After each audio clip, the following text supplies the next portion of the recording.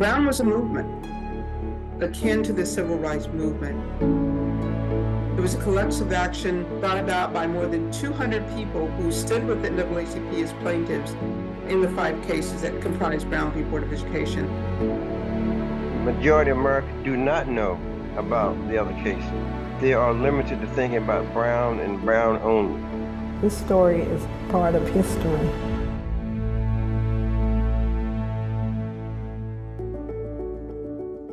My name is Joan Johns Cobbs, and I graduated from Robert Russa Moden High School in the year 1955.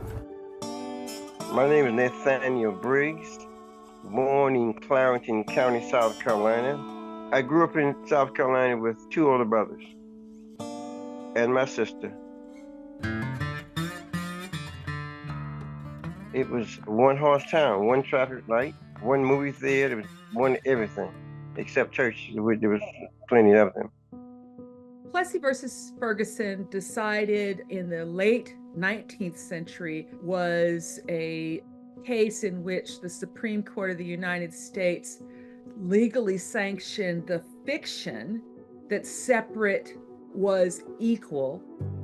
It wasn't equal. When you go down to the City Hall, not only do you see segregation signs on the restrooms, but you see the signs of segregation in other places. We couldn't go into certain stores, and you couldn't sit in a restaurant. You had to sit in the balcony of the theater. I can see the other side of town. They had sidewalks. The black side had ditches. They had street lights. The other side did not have street lights. So that you can see the difference in how people live. My name is Cheryl Brown Henderson. I grew up in Topeka, Kansas. Topeka was one of those places that was a typical Midwestern sort of city. There were little snippets of Jim Crow activity around town, but for the most part, it was much different than the Southern experience in the country during that period. I lived in walking distance from the school that housed elementary, junior high, and high school in the same building. Because of the overcrowding, the county had built 3 tar paper shacks that sat around the main brick building. The conditions were savagely unequal. In the wintertime, the building was cold. Pot-bellied stoves, teachers brought wood, students brought wood, somebody would bring a sack of coal. Those of us who were seated closest to the stove were warm, and those of us who were seated farthest away were cold and had to sit in our coats. The building leaked in the wintertime. Sometimes the water would leak on your head or on your paper. School books, the backs or the front torn out of it. We had no gym. We had no lunch facility. I often wonder how we managed to finish school under those circumstances. My sister Barbara Rose Johns was a studious young lady. She was particularly angry about the conditions, and she used to say that is so unfair. We know that the white students have a better school. The NAACP was a civil rights law firm. By the 40s, late 50s, Thurgood Marshall had already become an iconic, famous figure in the Black world. The strategy of the NAACP was to pick off wins where they could get them. The NAACP in Topeka made a decision that they were going to try to desegregate public elementary schools. My oldest sister was Linda, and then my middle sister Terry. They both attended Monroe Elementary School. So the NAACP instructed them, locate a white school close to your home, take your child, children, and a witness, and try to attempt enrollment, and then come back and tell us what happens. My father, following those instructions, took my sister Linda, and they walked over to the school, and he sat her in the lobby, and he went in and had a conversation with the principal. The principal was very nice, but explained to Dad that it was policy and that he couldn't enroll his daughter. That was it. And then they walked home. There was no school bus for Black children. in Clarendon County, not one. And the arrogance of the school board decided, no, we're not going to give you anything. The lawsuit came to have the county furnish school buses for that community. All they asked for was the same thing white children were getting. They just wanted bus transportation so that the kids could get to school, and the county refused. My sister always had sort of an independent spirit, and she wanted to do her own thing and plan a strike of the schools. You couldn't attack the planks of Jim Crow unless you had plaintiffs who were willing to put themselves and their children on the line, and this was very, very dangerous work. You can see the existence of a system that just wasn't totally have equal access to education. They turned from challenging inequality of resources to challenging the fact of segregation altogether. This fundamental question, is segregation demanded by the state inherently unequal for children? If you had enough and you can't take it anymore, then you take a stand.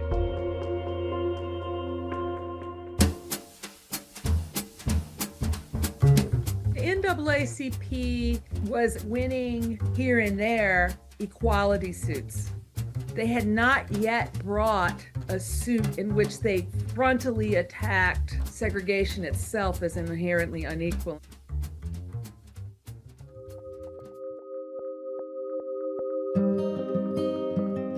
Davis versus Prince Edward County School Board of Virginia is the only one of the 5 cases culminating in Brown which began with student protests. My sister Barbara Rose Johns was a very courageous young lady who had a dream. She was 16 at the time of the strike. I was 13.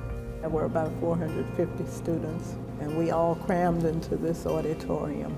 And when the curtain opened, my sister was standing at the lectern. She started to talk to us about a school strike. They walked out, boycotted the schools for 2 weeks, demanding that the insulting conditions that they endured be rectified. And that was the groundswell that led to Davis versus Prince Edward County School Board in Virginia. The initial goal was to get a new high school. We had never thought about being a part of a case for integration. In the Briggs case, it was a federal court judge who was sympathetic and advised Thurgood Marshall and the NAACP team, I think you should use this case to challenge the inherent inequality. Our case was never about integration. We pushing for was equal access to education. My father was the 10th person to become a plaintiff in the Topeka case. By the fall of 1950, 13 parents had said yes. Prince Edward County was a part of the case of the Brown versus Board of Education decision that came out in May 1954. That, to me, was really the end result and consequence of the school strike in 1951. The 5 cases that culminated in the Brown v. Board decision were Briggs versus Elliott, coming from South Carolina, Bowling versus Sharp, arising from the District of Columbia, Brown versus Board of Education, involving parents in Topeka, Kansas, Davis versus County School Board out of Virginia, and Belton versus Gebhardt from Delaware. May 17th, 1954. The Supreme Court of the United States ruled that segregation in the public schools is unconstitutional. They ended up winning on this signature idea that the state could no longer have caste segregation. It was unanimous. Justice Warren wrote that in the field of public education, separate was inherently unequal. From the moment the Supreme Court announced its ruling, people who were segregationists people that oppose integration began strategizing. This was not taken lightly. Farmville decided to be a part of massive resistance and not integrate the schools. Rather than desegregate their schools, they just shut them down for 5 years. We know that there were threats. But there was just massive violence-backed resistance. My parents feared for Barbara Rose's safety after the school strike, so they sent her to live with my Uncle Vernon Johns in Montgomery, Alabama. Virtually every plaintiff family in Briggs v. Elliott suffered tremendous loss as a result of their bravery. Losing jobs, being run out of the state, several of them just left. They fired my father on Christmas Eve, gave him a pack of cigarettes for service pay. Dad moved to Florida in 1957 when he couldn't get work. So it was a tremendous sacrifice on their part to even bring the case. Supreme Court decisions are just the beginning of a conversation. When you think about 70 years since Brown v. Board and how Brown was genuinely a reckoning for this country, it was a catalyst for the civil rights movement. We do believe that this decision in itself will encourage the people to take further steps without litigation in many areas. Brown was not a failure. Brown actually sparked a tremendous revolution. Every historic course correction in this country has been brought about by collective action. Brown was a movement akin to the civil rights movement.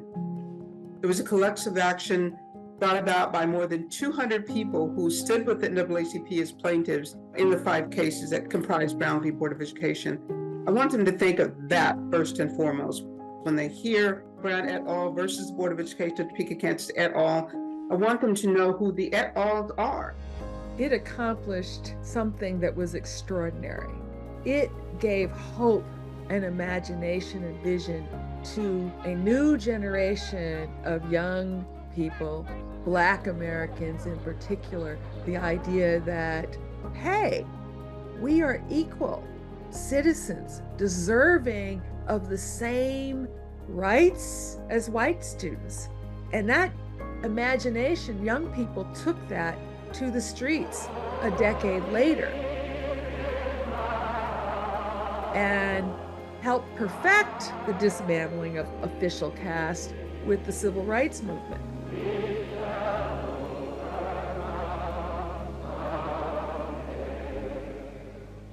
Nightly Films is sponsored by Pfizer.